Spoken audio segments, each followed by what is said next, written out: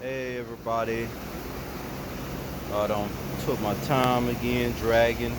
Got a radiator, condenser, transmission coolant, condenser, fog lights. I grease up real good. Little motor head. I'm gonna pressure wash it when I get done. Take the car wash, pressure wash it, or do it back there. Uh, I'm still tightening the bolts up there, but you see everything is in place. Put on is everything will fall back in real fast. I'm on it there. This is all I got left. I got a lot of extra stuff, bumpers, guards, intake, and that right there.